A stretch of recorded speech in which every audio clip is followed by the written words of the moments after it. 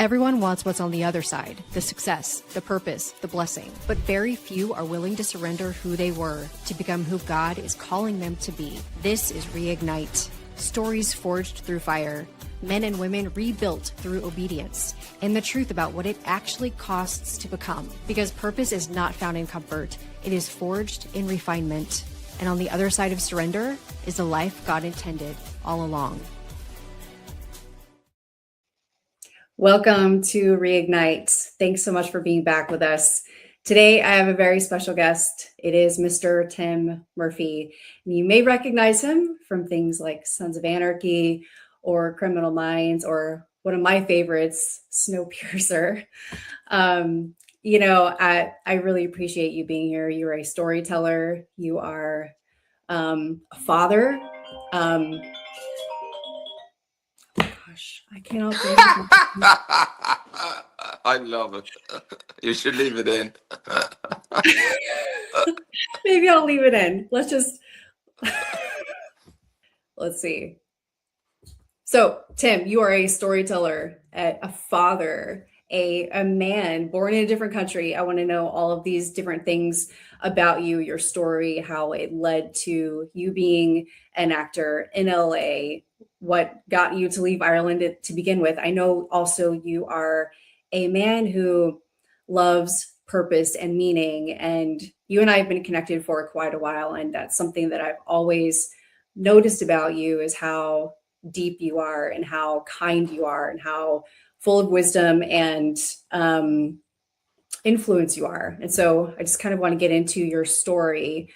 So first of all, tell us a little bit about yourself.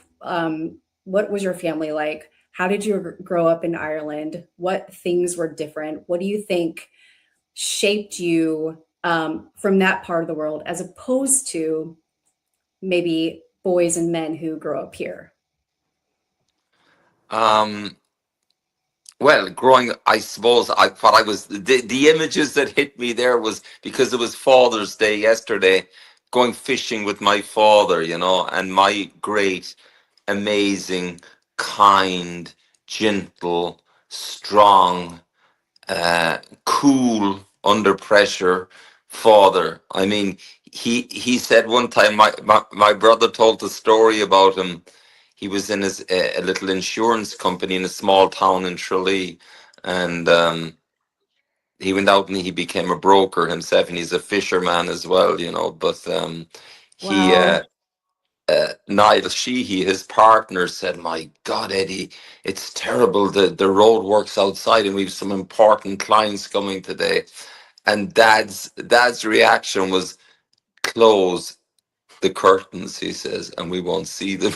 Basically, that was it, So he definitely was cool under pressure, I think, Dad, Um, as far as so he instilled in us honesty and kindness, I think, was a huge thing. I mean, my favorite things are in my kids would be kindness and empathy for their fellow human beings, and I do the best I can. I've been not great and not proud of my behavior sometimes, but generally I try to live my life according to my parents, and they were married. I mean, they were married. My father died a few years ago. My mother's in a nursing home or assisted living now for the last number of years. She had a stroke.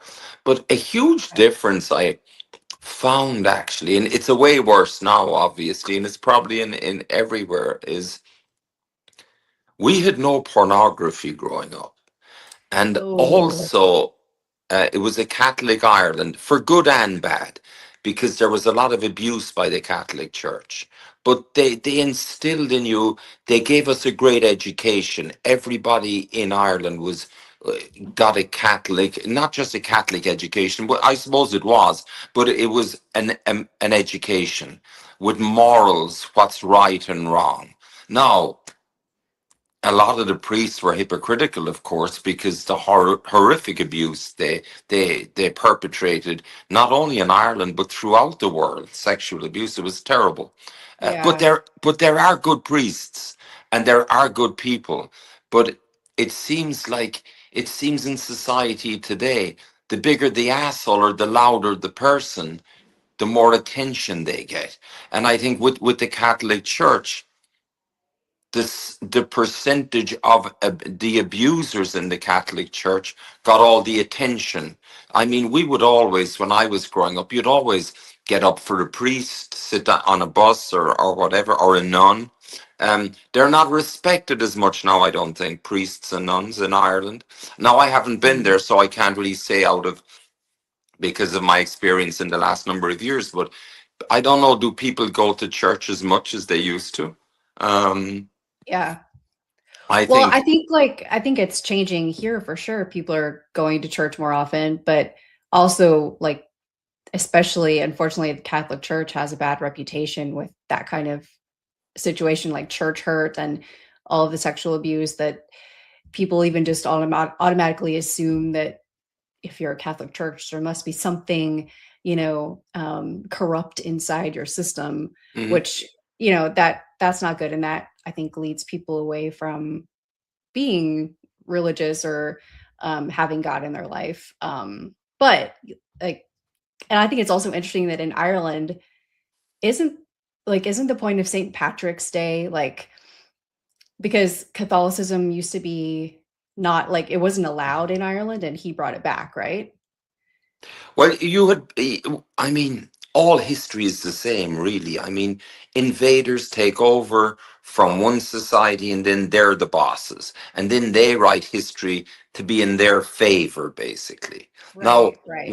was pagan Ireland worse than Catholic or Christian Ireland?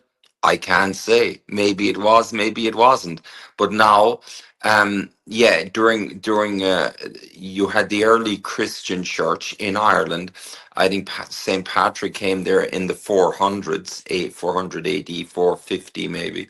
Mhm. Um, he was a captive from Roman Britain at the time, taken from probably Wales, they think, brought over as a slave, and then he came back to Christianize the whole country. Now, I think a lot of that is, pardon my language, bullshit. You know, a lot of it. I mean, a lot of the stories are made up that he got rid of the snakes out of Ireland. He brought Christianity to Ireland, which was a great thing, and he got rid of the evil paganism. Now, Yeah. as far as I'm concerned, there's good and bad people in all countries, in all religions. So I don't Absolutely. judge a person because of their religion. I judge them as a person, basically. You know. So Yeah, yeah. I mean, with any religion and especially Christianity, what you say only goes so far. Your character and your motive and your heart posture have to tell the actual story. Which again is why so many even Christians have bad reputation because Christians are hypocritical and it's people you have to walk the walk and talk the talk at the same time and not a lot of people do that in any construct in any religion Yeah. and so it's kind of it's hard your character truly has to actually shine through so it's it's hard to trust people these days. It is, and which is sad, and it seems to be that it's okay to lie, and it's okay to to take advantage of people. I mean, they say, you know, business seems to be getting the best deal. How can you get the best deal? You know, but I don't agree with that. I think you should be fair with a person. There's a fair price for things, and you know, if you make a huge profit out of someone else's misery, is I mean, just because it's business doesn't mean it's right. You know, Absolutely. and if you just study, you know, if you don't know much about religion, but you study what they say about Jesus, and I was quite holy when I was young. I was thinking of joining the priesthood and stuff like that, but I Yeah, didn't go that way. But yeah, if you think about Jesus, he was different. He saw there was problems in the religion and society that he was in. He saw that people were not.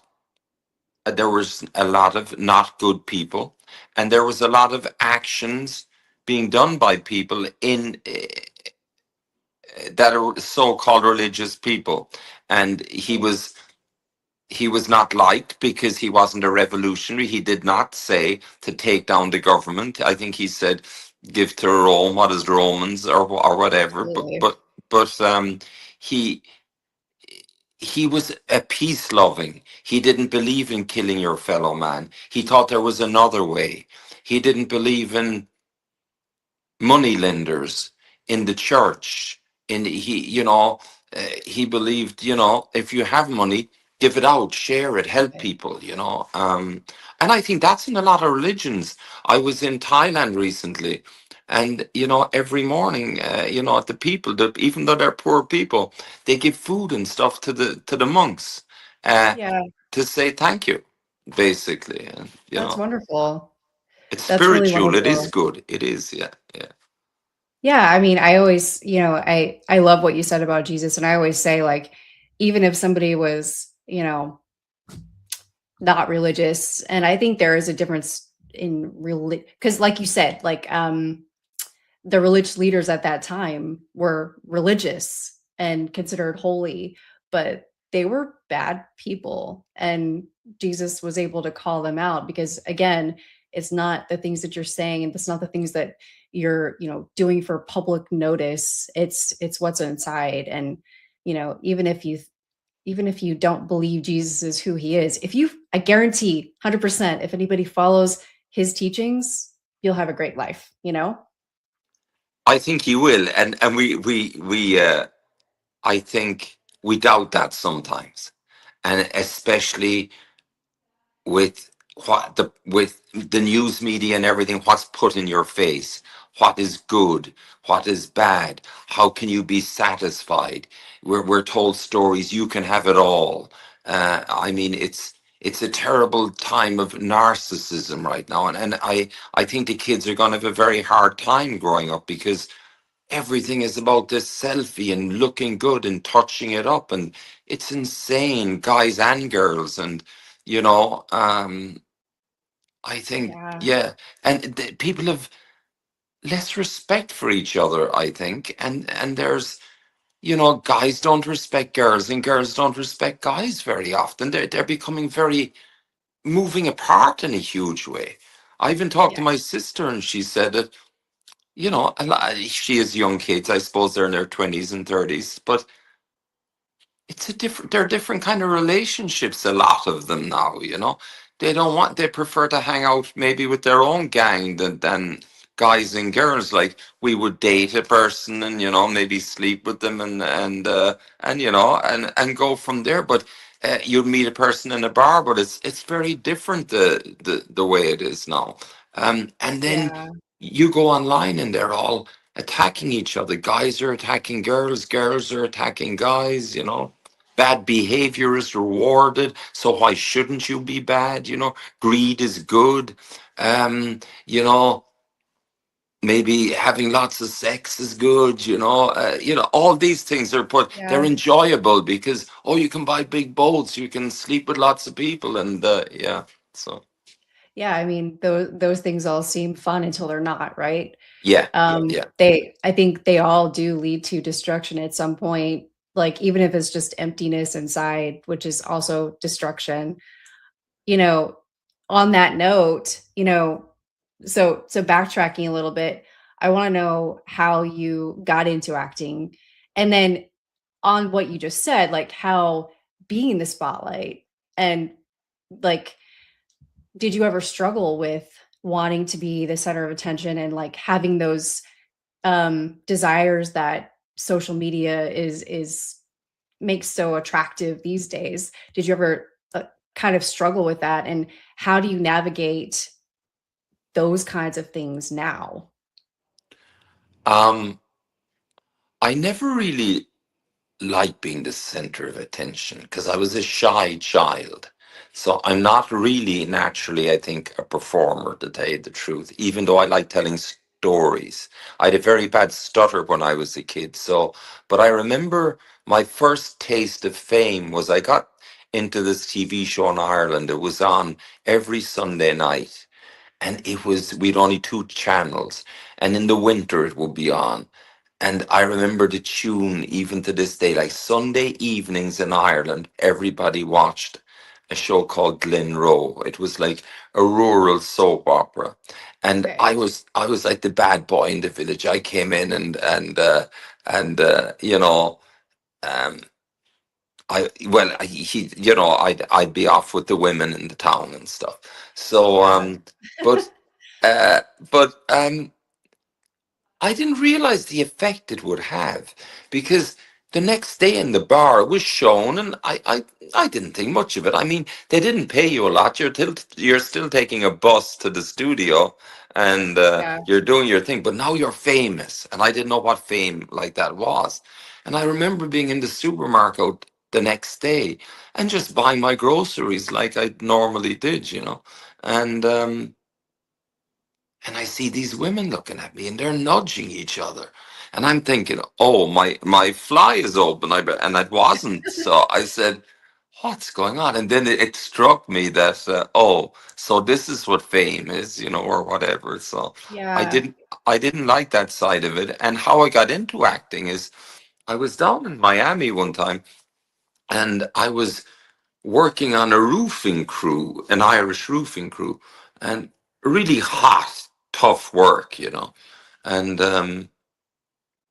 a girl I was seeing at the time, she worked with an acting agency or something, and uh, and she said that they're looking for a James Dean kind of guy to look like James Dean for a Molson beer commercial, and so I took a couple of shots. I looked like James Dean at the time, and Yeah. I got the commercial, and it was so hot in Miami, in the Art Deco area, set in the 50s and things. They'd have to take me out, take off my wife beater. Three beautiful Hispanic girls surrounded me, powdered me down, put a new one on, and in I went in again.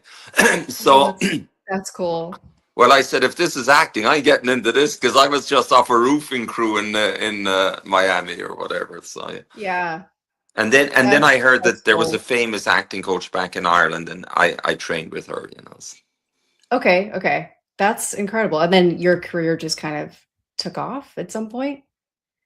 I I I never think it really took off totally. I never think like that, actually. Um, I've got jobs, in Ireland. So I went back and trained in a place called the Focus Theatre with Deirdre O'Connell, who was this widow woman with flaming red hair, and she was like Mother Duck with all her like students, and we go to the bar afterwards, Horrigan's, and have our pints of Guinness after. But she was the widow of Luke Kelly, who was in a famous ballad group in Ireland called the Dubliners. And when Okay. he died, she just dressed in black, and she was Gabriel Byrne and Liam Neeson had gone through her studio in Ireland, Okay. and and she had been in the actor studio. So now she set up in New York, and she set up a studio like that in Dublin, and I trained there, and it was great. Yeah, I trained there for 2 years or something, and then I started working in theater and on television and film and stuff for about 10 years, I suppose. And then I went to, I did a movie in Ireland, in the west coast of Ireland, with an American company, Showtime. And I had a summer romance with a girl. So none of my none of my movements were ever planned. So Yeah. when I was doing quite well in Ireland and doing some great plays and stuff. But I got, winter was setting in Ireland, and I said, why don't I go to LA? Because I've that girl over in LA. And Mhm. so I went to LA and hung out in LA and thought I was going to, the relationship ended after 2 weeks, I think. I thought Oh, I was going to be, no. yeah, I thought That's I so was going to be, short. it was a summer romance. Those things are very intense and great for a few weeks. And when you come back to reality, then it's like, oh, okay, so this is Yeah, different. this will never work. Yeah. Yeah, yeah, yeah. And, Okay. then I thought I was going to be straight in the door. I'm going to be huge and all that. And I ended up selling Christmas trees in the Palisades in that the place that burned down. Uh, Yeah. because I didn't. I was offered to do a great play back in Ireland, Moon for the Misbegotten, by Eugene O'Neill, and Okay. um, and I mean in a huge theater there, and I turned it down because I said, "Oh, I can't go back to Ireland now. I'll just stick it out, you know." And I end up selling Christmas trees. So who knows, was that a good idea or not, you know? But Yeah. you know, Wow. That's so just out of curiosity, do you like playing on screen or in theater better? I like, what do I like? I love Because I imagine film. they're completely different. They are they're it's all acting really. I mean they're different, but um I love theater. Haven't done it in a while. And I love film and TV I like, but I prefer film and theater more than TV. But TV seems to be, you know, very popular right now or whatever. Yeah. Yeah. I'm doing a So TV show in Ireland shortly, so I oh, you filmed some are? of it already. Okay. Yeah. Okay, okay. That's very cool. Maybe Hmm. maybe you'll have to tell us more about that. But okay, so I'm a masculinity coach, and so I want to ask you, you've played so many different types of characters. Have any of the characters you've played taught you anything about yourself as a man that you maybe didn't get before? Um, it's funny. I play these bad guys or tough guys or whatever, right? I mean, Yeah. even Charlie Hunnam, who I did the Sons of Anarchy with, said the same thing. He plays these tough guys very often, and he said, "I'm not really tough, you know." And I would consider myself. I mean, I've been in fights and stuff, but I would consider myself the same. I mean, I'm not. I don't have the confidence and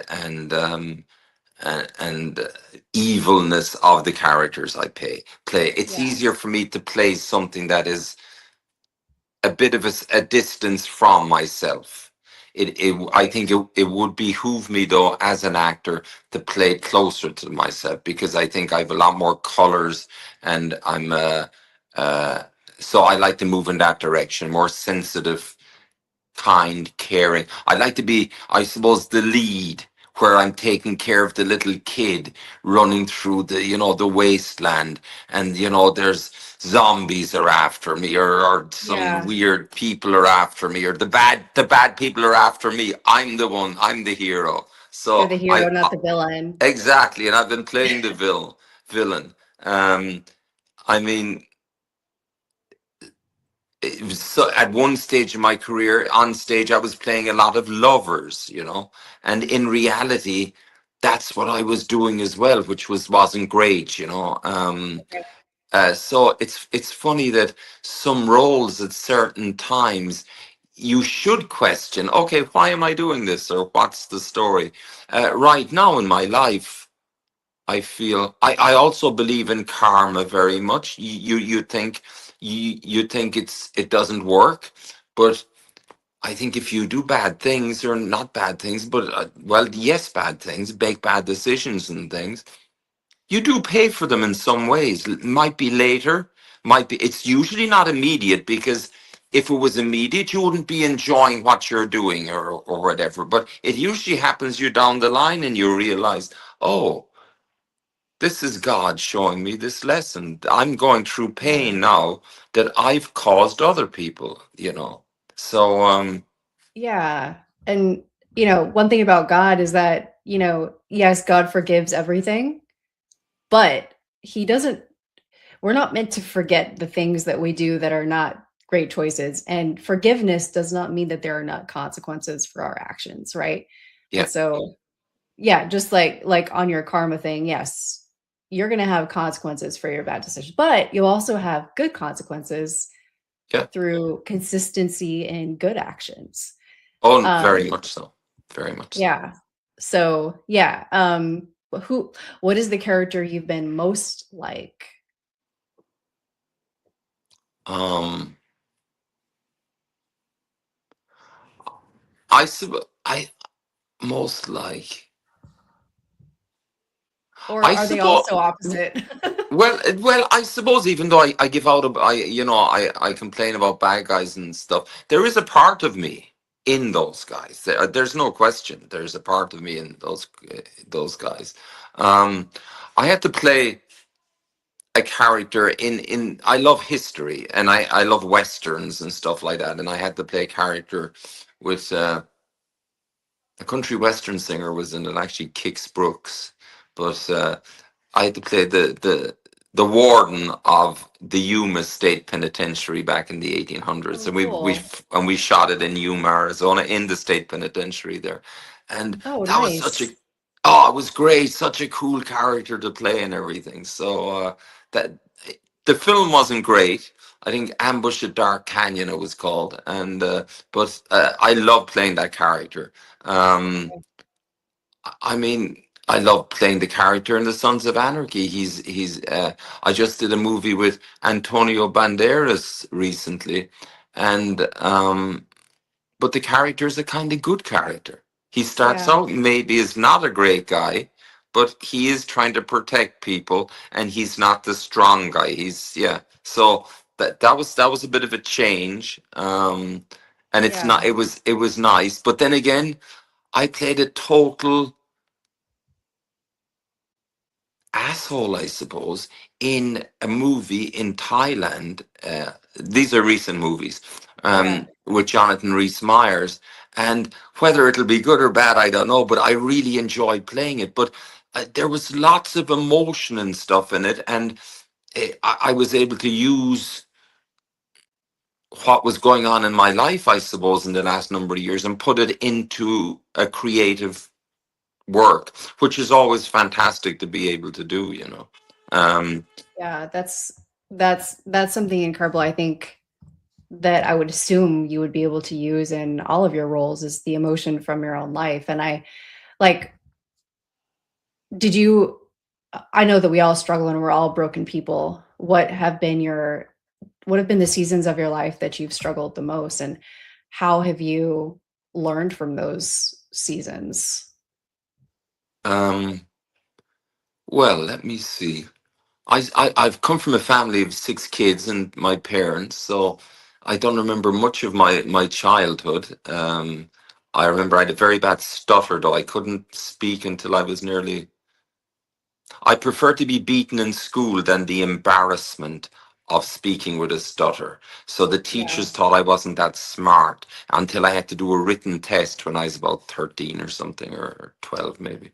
And then they saw, oh my God, he's smart, he's smarter than we thought, you know. But I Yeah. prefer to be yeah, and that's a very and that's a big thing for me. Embarrassment. I try to teach my kids, don't ever be embarrassed. Who are you worried about? You know. And I try to instill, and I also try to instill in them when they don't want to do something new, and because I've been guilty of that when they prefer to I suppose be cowardly more so that they, you know, people like to be comfortable. They don't like to put Yeah. themselves in uncomfortable situations. But I think only by either putting yourself in an uncomfortable situation or being in an uncomfortable situation are you going to find out about yourself or even grow as a person. So, like, Exactly. and Sean, I'm going to put him into a Catholic school. He's in public school right now. Next year, and he's a bit hesitant. He doesn't like. He has all his friends in the middle school, not in the middle school, in the elementary school, and you know. I think this other school will be better for him Yeah. because of personal reasons and because of having a moral compass in that school and having smaller classes and things. So I'll just have to work harder, basically. Yeah. But what I try to say to him, even going to uh, anything new, any school or trying a new sport or even swimming, he was ready. Like he's a very good swimmer now, but he came to a situation where he wasn't getting the breathing. He could hold his breath and swim a length of a pool nearly and faster than most people, but he couldn't get Mm. the breathing. And Yeah. he was getting frustrated and he said, I don't want to do it anymore. So I said, no, Sean, Oh, you can't keep quitting like that. I said, Everything gets hard. I says, as an actor, you only learn by embarrassing yourself from falling on your ass, and that's how you grow. It is the same with anything. Even I'm learning how to play polo at the moment for this TV thing. One That's day, incredible. I think I'm great. Sean takes a slow mo picture of me on the horse. I look like I'm friggin' the best. I'm so proud of myself. And the next day, I can't even ride a fucking horse. The next day, like I'm so bad, you know. But I didn't. I That's obviously didn't put hilarious. that. I didn't put that picture up, of course. You know me not being Yeah, able to ride a horse. But that's Sean so got over. funny. He got over the breathing, and now he's great. He's advancing in the swimming. So I tried to teach him that. Or I did something there at one stage when I did that written test. I wanted to stay with my buddies, but there was the opportunity for me to go to a better class in school, I'm talking Mm. about. And these are lessons I learn in life. But I wanted to stay with my buddies. And that was the wrong thing to do because the other classes were geared towards university, and I had to end up learning Latin on my own to go to university. Oh, And wow. and I was competent enough to go to the higher level classes, but I wanted to stay with my buddies, you know. And I was always the guy in the back of the class or the joker or whatever. Now Sean's a joker as well, I must say. So, and he's very I mean, that's a good popular, so thing. I have to watch that, you know. But the other side of that, then a lot of my schoolmates would come to me for advice and things and stuff. So yeah. And that's a huge compliment to your character too. I mean, going back to the whole two things really quick. Going back to the stuttering problem that you had, did you struggle with I know you said before you weren't super confident as a kid. Was that because of that? And like how did you get over that and regain your confidence or find your confidence, I guess, for the first time? Was it just, you know, um performance, being proud of yourself, knowing that you could accomplish things? Was it other people? You know, how did you kind of get over that? Um, it was definitely teachers in the school. It was two teachers, Mr. Baker, Mr. McKenna, um, Wow. got me to read slowly, and I became a very good reader. From a guy with a stutter to I became a very good reader, and I think I got confidence. I started going out dating girls and stuff like that, and so I think they all came together, and then it was Yeah. just gone. And as you can see, it doesn't Yeah. really And now exist. No, yeah. you make a living by talking Oh yeah. and performing. Now I'm full of myself, basically. You know. I mean, that's pretty incredible. And I can't help but think about Moses when you say something like, because Moses had a stuttering problem. He never really, I guess, learned how to speak, from what I can understand. That's just why Huh. his brother did it all. But I mean, look at what he became. I think we're given certain story. I think God gives us all a story, and we're all going to struggle. But it's like, how can we use the stories that He gives us along the course of our life? And are we going to choose to take the route of wisdom, or are we going to choose to take the route of destruction, or, like you said, comfort zone, and Hmm. not grow any? Um, and I love what you're teaching your son about staying outside of the comfort zone and stepping into uncertainty, even though it's scary. Because yeah, it is scary. I mean, I was so shy when I was a kid, probably till I was honestly like 30 years old. Huh. I didn't speak to anybody. I would just look down at my feet and like pray to God, that, please don't let anybody speak to me because I don't want to talk God, to and look at you now. them.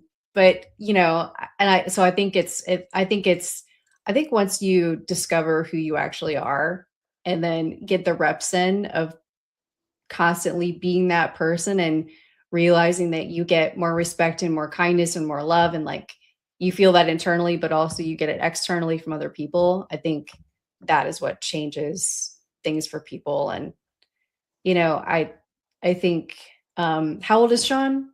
Sean he'll be 11 in July in a few weeks, actually. Yeah, So you're on the getting fifth. right into I feel like 12 years old these days is the time in which kids really struggle with peer pressure and all of these different things. And I am personally glad you're getting him into a private school, because also that's something that schools don't really teach anymore, is a moral code, Hmm. right? And that's huge. Like the way kids grow up now is completely different from the way people grew up 20, 30, 40 years ago. And like it's really troubling, I think. And so I love that you have a heart of kindness and morality and you want to pass that on. Definitely, yeah. Yeah, and I think life teaches you that. Like I mean, the longer you're on the earth, hopefully you learn every day. You become compassionate. You realize that I hate this thing like the winner takes it all or winner takes everything, you know. In my business, acting, it's 80% luck. I mean, and you know, so for some actor to be big headed or whatever is ridiculous, you know. You have some very talented people and luck goes along with it, but generally it is 80. Even, you know, I think it was Judy Dench said the same thing. It was like 80 and they were saying to her like, yeah, but you're so talented. She says, no, I'm not so much more talented than other people. Even Al Pacino said in about 10 people in the actors studio in talent, he reckoned he was about number 8, you know. So it is. And so when people look down on other people and say, oh, you should pull yourselves up by the bootstraps and work hard and all that. No, some people just can't, mentally or physically or whatever is in their head, and we should be kind and charitable to those less fortunate people. And my mother suffered from a little bit of depression, um, and uh, you know, you couldn't really like say to her like snap out of it, you know, because Yeah. you can't snap out of it. You know, she doesn't want to be depressed. She wishes she wasn't depressed, you know. So the Yeah. snap out of it. And the funny thing, she's an artist as well. And my middle name is Vincent after Vincent Van Gogh, you know. And Oh, nice. he was crazy, of course. But she she says, yeah, I do my best painting when I'm depressed. She says so. Yeah. Yeah, I bet. Because, well, so that's really interesting. I think I've been, I don't know. I think I've been depressed twice in my life, but only for short periods of time. But I feel numb when I have Yeah. those feelings. So I bet it sounds like she feels more emotion when she's depressed, maybe, and that she's able to bring that out in her art. So does she, Yeah. what does she do? Does she paint or something? She doesn't now. She used paint, yeah. Just for herself, basically, you know. But Yeah. she also did amateur dramatics when she was young, and she was always the belle of the ball and beautiful and everything. And you know, she had two elderly parents, and she married my father, who was about 9 years older than her. And uh, I think to get away from the just working in a bar, because she had cousins in Dublin that were like more kind of international and more colorful. And they, Yeah. when my mother would go up there, she would always be the belle of the ball up there, and everybody loved her. And then I think she married dad to get away from from her, you know, to get away from her life, you know, which is the wrong reason to marry someone, you know. Yeah. And you know, they loved each other, but I feel, you know, we're all affected by our parents' relationships, I think. And I don't know if my parents were, I don't think they were compatible, to tell you the truth. There was no divorce in Ireland. They stayed married. And, you know, we're very thankful for that because they gave us so much. You know, they were both great in their own ways. And we didn't come from a fractured home, I suppose. But Yeah. my mother needed someone, I think, more emotional. And dad needed someone less emotional, you know. So, Yeah. yeah. Yeah. And, and I think that's really important. very much so. And I think it affects it affects your my relationships as I grow up. And I really haven't had any therapy or anything. I couples therapy once or twice, you know, Yeah. but I think it's good to go to therapy and stuff. I just haven't got around to it. I did a 10-day silent meditation retreat one time, and I found that 10 was day. it's called Vipassana meditation. And the only reason I friggin' did it was someone betted me that I couldn't do it. I think a girl betted me I couldn't do it. And I says, I can do it. I'm doing nothing. I'm free and single. And I went off and did a 10-day silent meditation. And you can imagine Wow. an Irish man that can't talk or drink and eat vegetarian food and sit like in a yoga position for 10 days. It was the toughest thing I ever did, actually, you know. Oh my gosh. Well, I have to ask you, what is like the one takeaway, the biggest takeaway from that 10, like that's impressive. Like, what did you learn? I I never looked as young. I never slept better.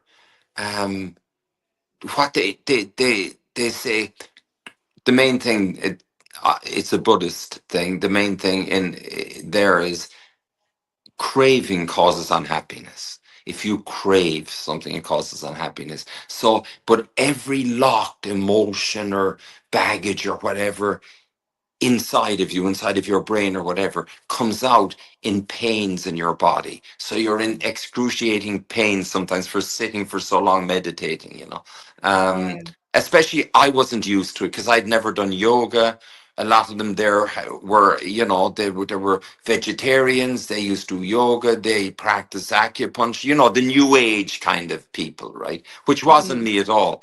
So the first word out of my mouth was fuck, you know, and it came from way, like, I'm not shouting it now, but it came from deep down inside that I could at last speak. But you're supposed to practice it then, like, for 2 days or for 2 hours every day, which I didn't do. Okay. And, you know, yeah.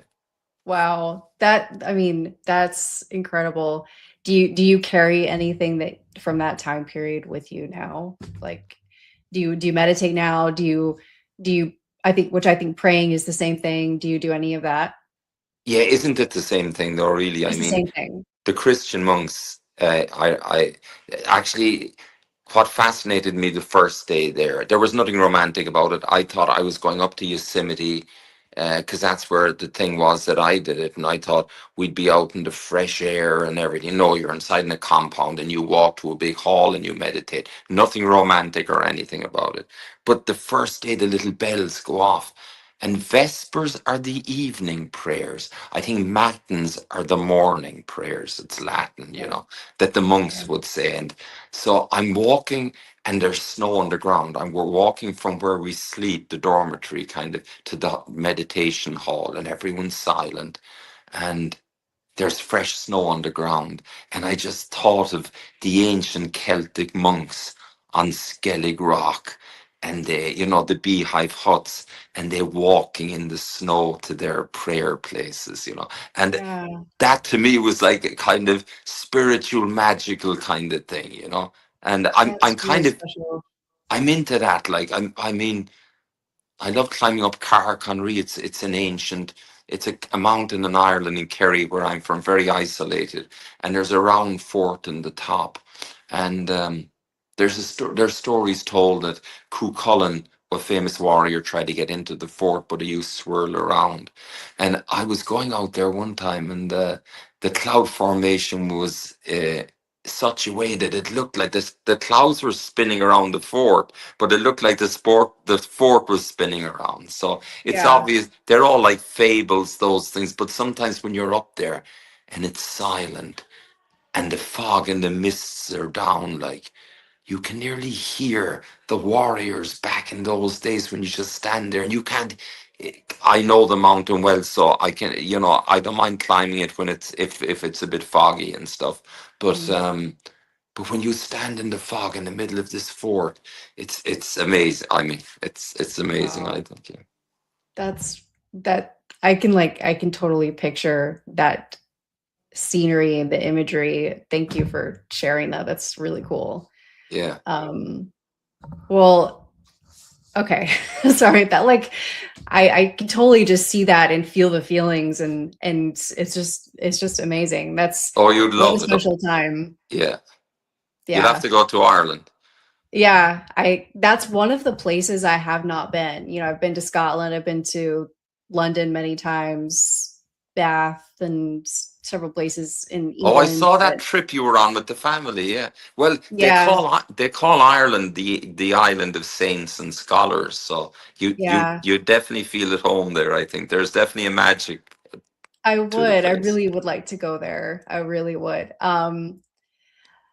And it's supposed to be really, really beautiful and green compared to everything around it too, right? Oh, it's absolutely amazing. I mean, where I'm from, County Kerry is probably the most well, I'd be biased, but I think most Irish people would say it's one of the most beautiful places in the country as well. uh Yeah, you have, the high mountains, Rocky Mountains, sweeping down to the ocean, and the green fields, and the ancient Celtic round forts, and you have dolmens. They're like ancient Celtic graves, and then of course you have the castles from the Norman times, the 1100s and stuff. So yeah, it's that's fascinating. incredible. Yes, Yeah, that would be my place for sure. We'll go yeah, there next. definitely. um, okay, a couple more questions before we kind of close out of here. What have you learned about fatherhood? Tell me a little bit about you as a father. Um, I know you're trying to pass on things like being out of the comfort zone to Sean, but what have you learned about yourself from being a father? um a total admiration for my own parents. I think what they actually did for us, how they hid any troubles from us. Everything was always going to be okay. They I mean, I'm nearly crying now thinking about my father. um they gave us a foundation that it was safe, guys. You're always going to be safe here. And what it kills me is when I see certain kids and they don't feel safe, and you can see it in some families. And so, a great respect for my own parents, I must say. Um, and also, God, you do anything for you. I should have been a father a lot younger. I think Mhm. I just did. I thought I always have this big mind. I wanted to travel the world and go on adventures, which I've done. Um, but then you ask yourself, you said, so there I am traveling all over and doing my acting and all that, and on these adventures. But would I have been just as well to stay at home and marry a young girl there and have my family there, because now, as far as I'm concerned, that's the main thing. That's the great thing. If you can have a good marriage with kids, I think that's reward. It's Yeah. not you can do the other things, but really, maybe it's because I've done the other things that now I realize that is great. But in those days, oh, I'm not going to be tied down. I'm not going to have kids, and I was always great with kids. I was always the fun. I'd go home and I've 15 nephews and nieces. Now they're in their 20s or 30s, some of them. But there'd be 15 of them on my back, and I'd be wrestling them, and I was the fun uncle, and I could always give them Yes. back. I could give them back, of course, and then I had Sean, and oh my God, what a joy and great responsibility being a father. But I loved it. It gave me, Yeah. and actually, it gave me a purpose in my life, very much. Acting doesn't seem to be as important. It's important to make money and stuff, and all that, but there's so much more reward if you invest in your marriage or invest in your kids. And I think people nowadays, they they don't want to invest. The minute something gets hard, they want to get out of the marriage or get out of the, you know, not be there for their kids or whatever. That now baffles me, but I see it happening a lot. I mean, Yeah. I went through a divorce the last number of years. It was very difficult. Um, and I got counseling for the two kids because I had a step kid as well, Saoirse. Um, and I've known Saoirse since she was 9 months. I've become very close to her father, Jeremy, actually, who was Oh, always very wow. involved with the joint custody thing, That's and amazing. but we've become good friends throughout my divorce period, and but it's tough, you divorce. Yeah, I think people need to talk more about it. You see your kids half the time now. I Yeah. mean, is Hard. that is that good? I don't know. A bad marriage is never good. I'll say that much. But I think people should really try to work harder, maybe. But you it takes two to tango. So. It does, and I agree with you. And I'm divorced as well, and I think what I do know is it's very, very important for every child to have their mom and their dad. Hmm. I know that that is crucial. I And I think the know it's same. very, very important if you are divorced to co-parent the best and most respectful and kind way as possible. Sometimes that's hard because, like you said, it takes two to tango. Yeah. But I also think it's important in a marriage to choose the right person who is equal to you, equal in character, equal in desires, equal, Jesus talks about being equally yoked. And I think that's, again, one of those things that even if you are not a Christian person, you can't argue with it, because if you have the same core motivators and desires and all these things, then you're setting yourself up for success. But I think so many times people are attracted to the person who is not equally yoked to them. And I think eventually you feel that and how different you are. I think that's why we're seeing so many people get divorced now who've been married for like 20 or 30 years. They realize that there's like nothing common between them, and they have Hmm. grown completely apart. Like, in all the men I work with, I would say that is the number one thing that I see that people struggle with, that men struggle with, is that um they're on the brink of divorce after 20 or 30 years. And like, why? um I think your spouse is the most important decision you can ever make, and I'm a failure at that myself, so I can't say anything. But, I think these are things we learn, and I think it's really important moving forward for everybody to have those things in mind. And uh, ideally, of course, when you do that first, your children don't have to live in a divorced home. But even if you are, you can make it a good experience for them. Oh, you can. There's no question. Definitely. And yeah, I think it should be taught more what really is good for you. Who Mhm. is the right partner for you? Um, are you picking partners because of who your parents picked?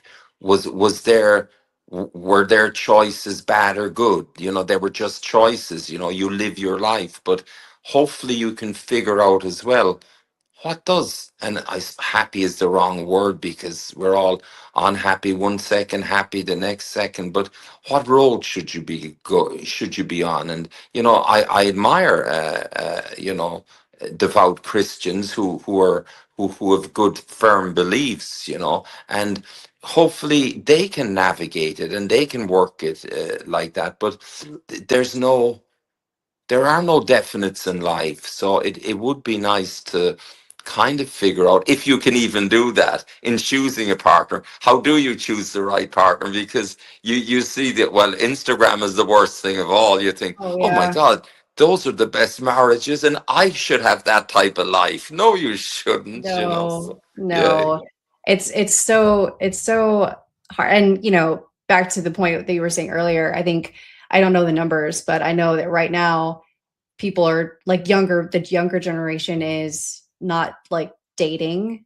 It's No. like a rare thing to date. It's a rare thing to want to even have children. I Yeah. think I do remember one statistic, 40% of, is it Gen Z? Is that the group that I'm thinking of? I What don't what know age what is those Gen Z? Gen I don't Z know. and Gen X and Gen everything is. Yeah, yeah, yeah, yeah. But like whatever that age group is, I'm thinking like 18 to 30 or something. I think the statistic was 40% of women from that generation are not going to have children. Do you know how huge that is?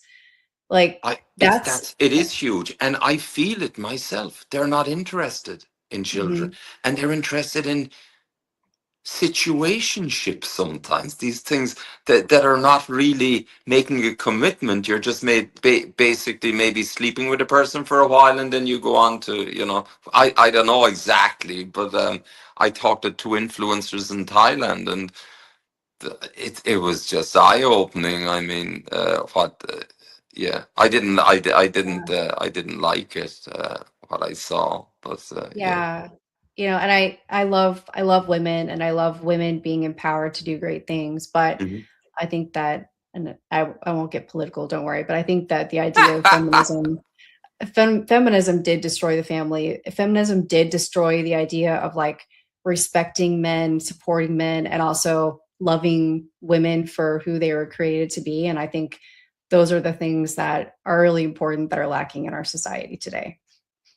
Yeah, I mean, very much so. I mean, there's like marriage was put in. Is it the right thing now? Who knows? But it's been there for centuries, and it holds communities together.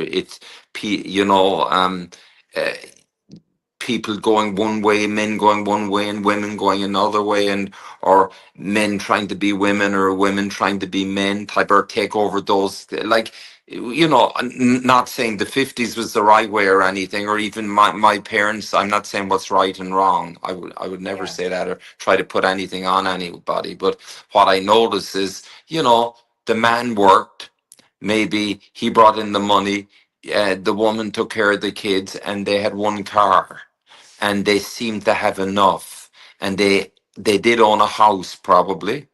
And Yep. nowadays I see that those parents that are, hitting old age, they can sell the house and maybe pay for assisted living if they're lucky, so that was the Yeah. traditional way, right? And then the woman works, and then the man works, and now they have two cars, and now a nanny takes care of their kids. Because Yep. I just met a lovely girl recently, and she's a nanny, to this couple, and yeah, they both work, and the nanny basically takes care of the kids. So, why do you even, in some ways, why do you have kids? And I think people Yeah. are realizing that, oh, maybe we don't need kids, because it's the Yeah. nanny that's rearing them anyway. So, because if I'm working and you're working, we don't really have time for kids, either of us. Do you know what I mean? If True. Yeah. So. It's true. Like the traditional design is the design that works best. And there are obviously problems with anything, but I do know that God's design for marriage and God's design for children is, again, you can't go wrong, even if you don't believe in God. Um, if God created everything that He has created, why would you go against creation? Like, it just doesn't make sense. You're going to lead yourself into not good things. Mhm. That's so I that is the truth that I believe. All right, let me ask you one more question before I say. I feel like we could talk about all kinds of like dangerous subjects for a long time. I feel like Oh, it we would could be so talk for great. hours, the two of us. It would be so great. But thinking about your life, everything that you have experienced from when you were a boy in Ireland to now, your journey in acting, your journey as a father, your journey through divorce, your journey through the hope for your future and all of that stuff that's on the horizon still. What two-part question. What advice, what's one, it doesn't have to be the biggest thing, just what's one piece of advice you have for men in today's society? And also, what about God's character do you see show up in your life that maybe you didn't notice before? um, for men, I would say to be brave and to ask the hard questions, and just like I said about my son. And I'm saying this not to preach, but because I have not been brave at times, and I've Mhm. stayed in certain relationships I've been in too long, when I knew myself inside that maybe this isn't right. um don't be afraid to because I think people are not evil or anything, but don't be afraid to hurt another person's feelings. Be able to say, and I'm guilty of the other thing. I'm guilty of doing something or not doing something because I'm afraid someone's feelings are going to be hurt, or not Yeah. saying something because I'm afraid someone's feelings are Oh going to be yeah, hurt. I struggle with that too. Oh, until something blows up, and then you lose your temper, and someone else loses their temper. So don't be afraid. That I'd say to if you see things that are not, if you're not being respected as a man, and I think you need to speak up, and you need to say things, and not only say things, but if people's behavior doesn't change, you need to make a decision and go, basically.